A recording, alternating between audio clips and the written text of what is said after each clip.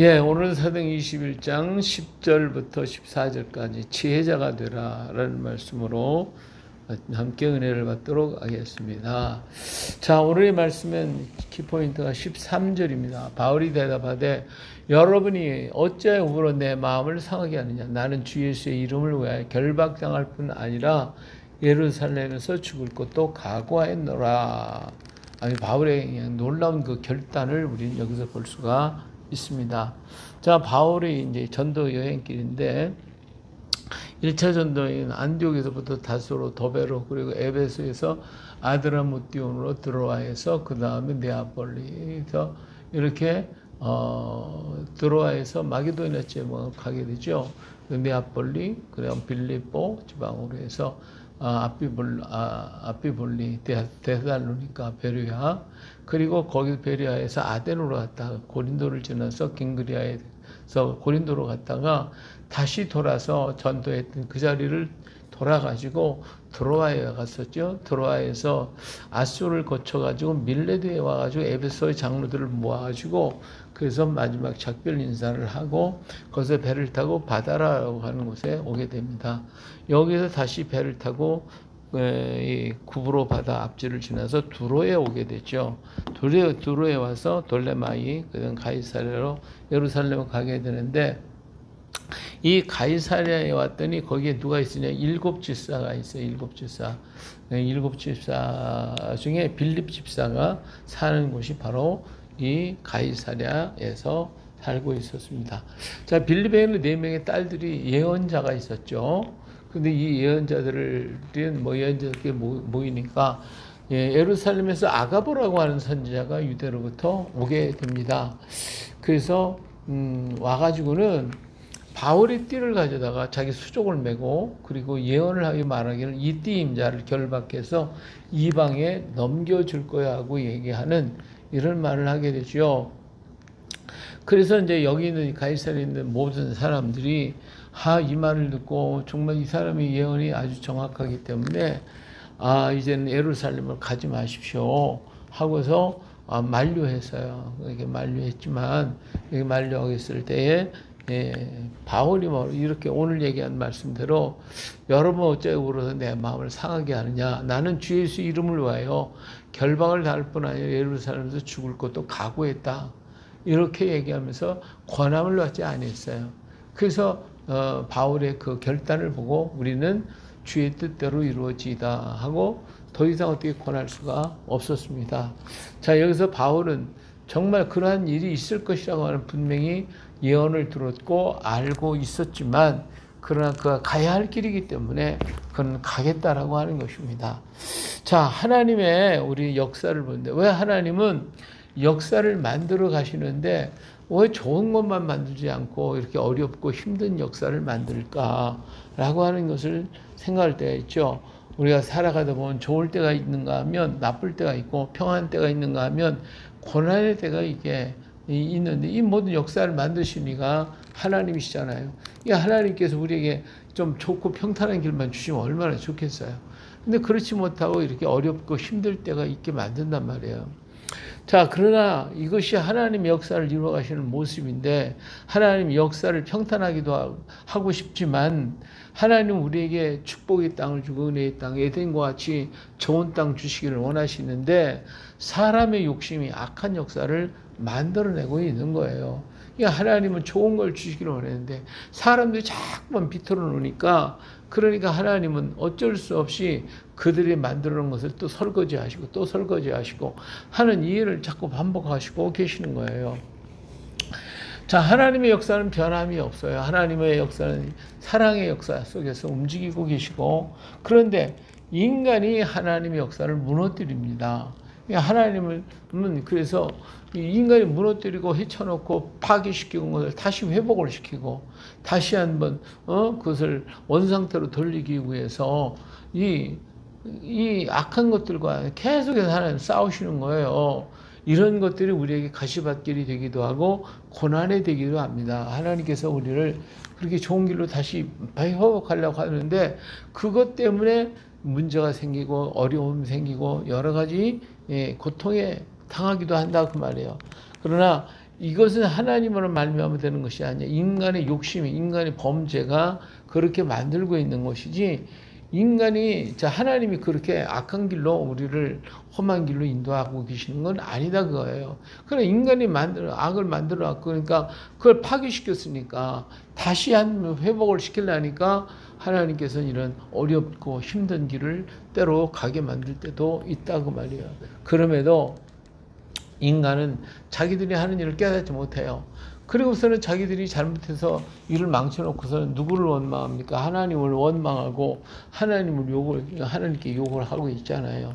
자, 우리가 예를 들어서 보면 이스라엘 인도하시는 하나님은 애굽에서 가나안 땅으로 이끌어 가십니다. 하나님 젖과 꿀이 흐르는 땅으로 데리고 가신다고 약속을 하셨죠. 그러면 하나님이 좋은 길로, 평탄한 길로 가시기 위해서 인도하는데, 그런데 보니까 애굽의 군사가 쳐들어오죠.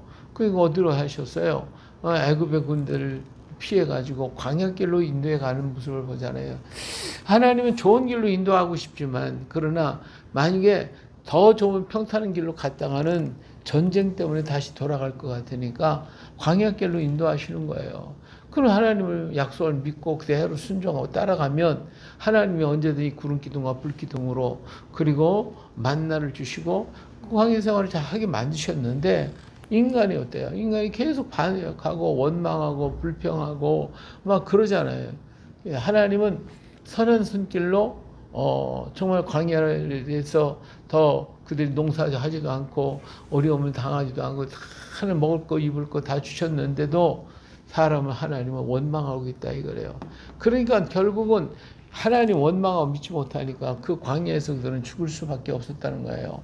다시 말하면 하나님은 좋은 것을 주셨지만 사람들은 하나님의 사랑을 알지 못하고 오히려 하나님을 대적하고 하나님을 원망하더라 그거죠. 자, 또 하나님은 아수르에게 또 바빌론에게 유대 나라가 망하게 했어요. 왜 망했어요? 망한 이유는 죄 때문에 망한 거 아니에요? 예. 좀 정말 자기들이 죄를 짓고 하나님 말씀을 순종하지 않고 따르지 않으니까 결국은 그들은 망하게 되는 거예요. 망하게 돼요. 예, 그래서 포로로 잡혀가서 나라는 사라져 버렸죠. 그래도 하나님은 그런 속에서도 그러면 뭐 잘 됐다 그냥 고소하다 하고 그리고 방관하고 계셨나요? 그게 아니에요. 그 속에서도 하나님은 여전히 일하고 계시다 그거예요. 그런데 우리는 이러한 일들을 통해 가지고 실망하고 절망하고 낙심하고 하나님은 안 계신가, 하나님 돌아보지 않는가라고 하면서 우리는 여기서 절망하거나 낙심하는 그런 경우가 얼마든지 있습니다. 그렇지만 우리 하나님은 그 속에서 일하고 계셔요. 또 다시 말하면 포로로 잡혀간 이스라엘들이 세상 가운데 다 흩어지는 흩으시고 그리고 역사를 만들어 가고 계시잖아요. 그 역사를 우리는 보다 다 망한 것 같지만 하나님은 그 속에서 새로운 역사를 지금도 계속해서 만들어가고 있는 거예요.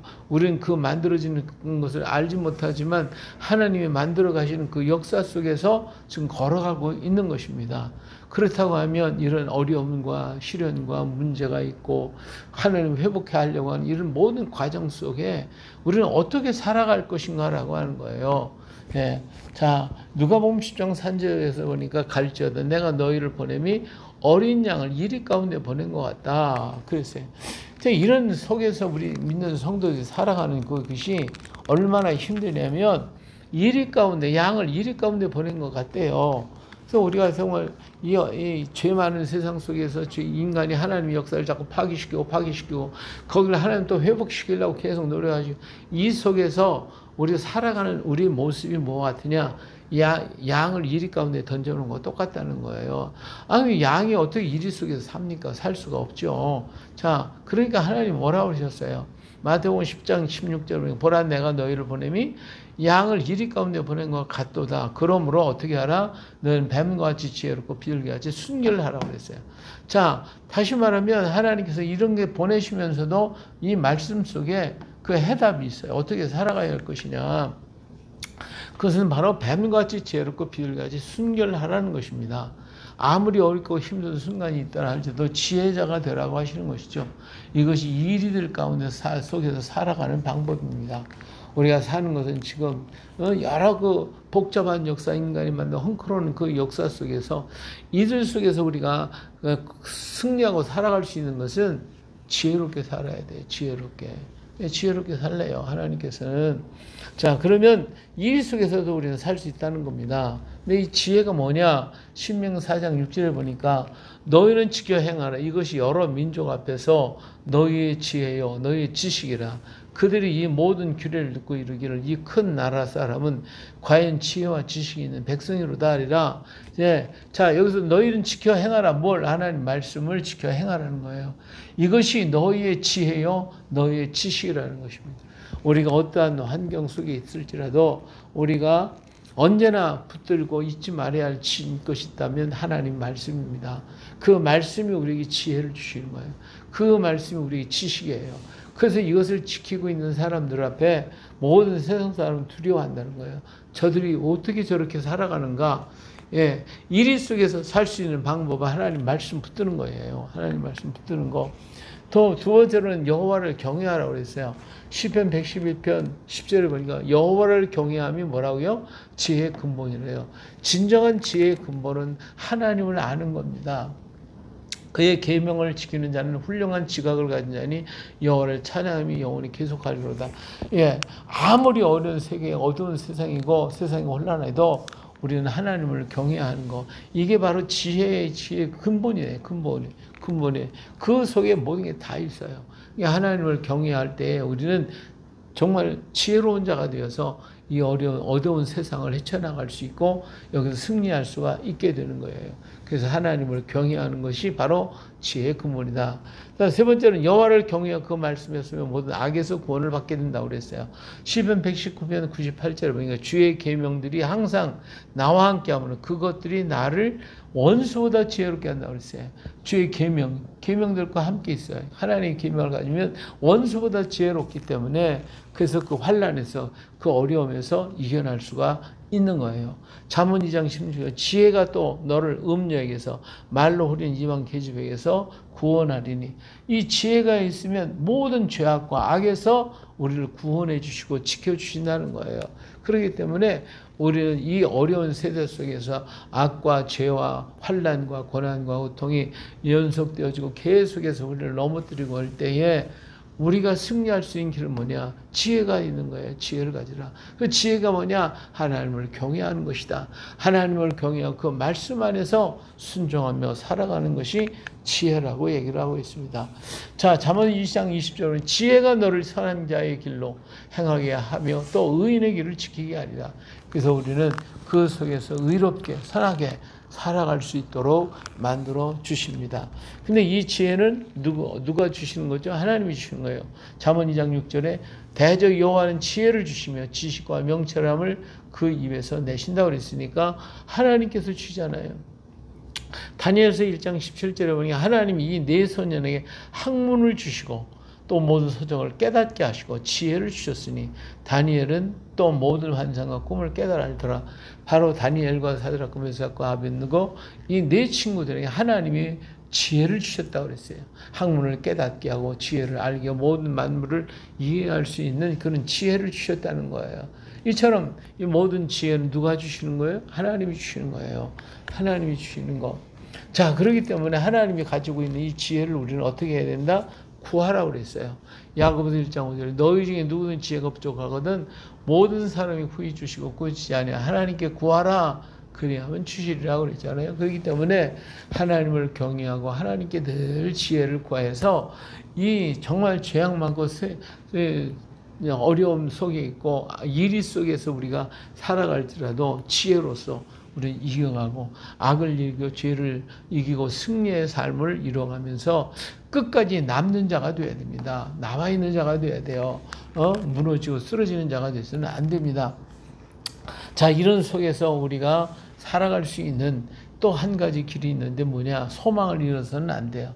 세상이 아무리 달라지고 우리가 원하는 길로 가지 않더라도 실망하거나 낙심하지 말 것은 그 일을 하나님이 하고 계시다고 한 것 때문입니다.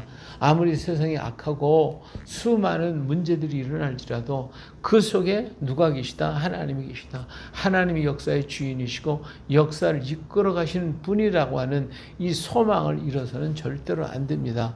그래서 어떤 문제에 부딪히고 어떤 일이 다가와도 낙심하지 말고 하나님을 바라보고 가야 돼요.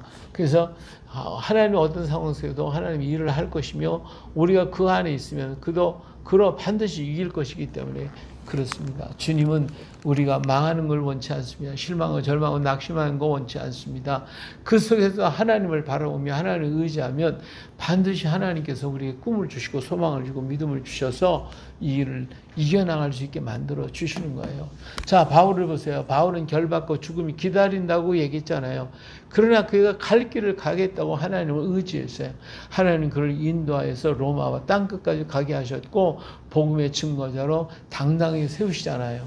이처럼 바울은 죽을 수 있다고 하는 그런 악한 환경, 정말 일이 때 굴 속으로 그런 가고 있어요. 어떻게 하나님을 경외하니까, 하나님 말씀을 붙들으니까, 하나님의 뜻을 알고 있기 때문에 그 속에서도 하나님이 일하고 계시다는 걸 믿었기 때문에 갔단 말이에요. 그랬더니 그는 결국 로마에 그리고 땅끝까지 이 복음을 들고 가서 전할 수 있었던 일을 이루게 됐다 그 말입니다. 자, 이처럼 우리는 일 속에서도 하나님의 일을 감당하며 승리한 많은 일들을 우리가 보죠. 오늘 우리가 살아가는 이 땅에 수많은 일들이 있어요. 거기에 우리는 어떻게 살 것인가, 세상을 보고 이놈의 세상 빨리 망했으면 좋겠다 이럴 것이 아니라 이 속에서 지혜를 구하고 하나님의 뜻을 깨닫고 소망 가운데 주님 바라보며 견디면 하나님이 지혜를 주실 것입니다. 그리고 마지막까지 남자가 되어서 정말 하나님께서 하나님이 붙들어 주시고 하나님의 뜻을 이루게 되는 믿음의 백성이 될 수가 있게 될 것입니다. 이 믿음을 가지고 오늘 또 이 세상을 이기고 죄를 이기고 악의 권세를 이기고 끝까지 남아있는 자가 될 수 있기를 주의 이름으로 축복합니다.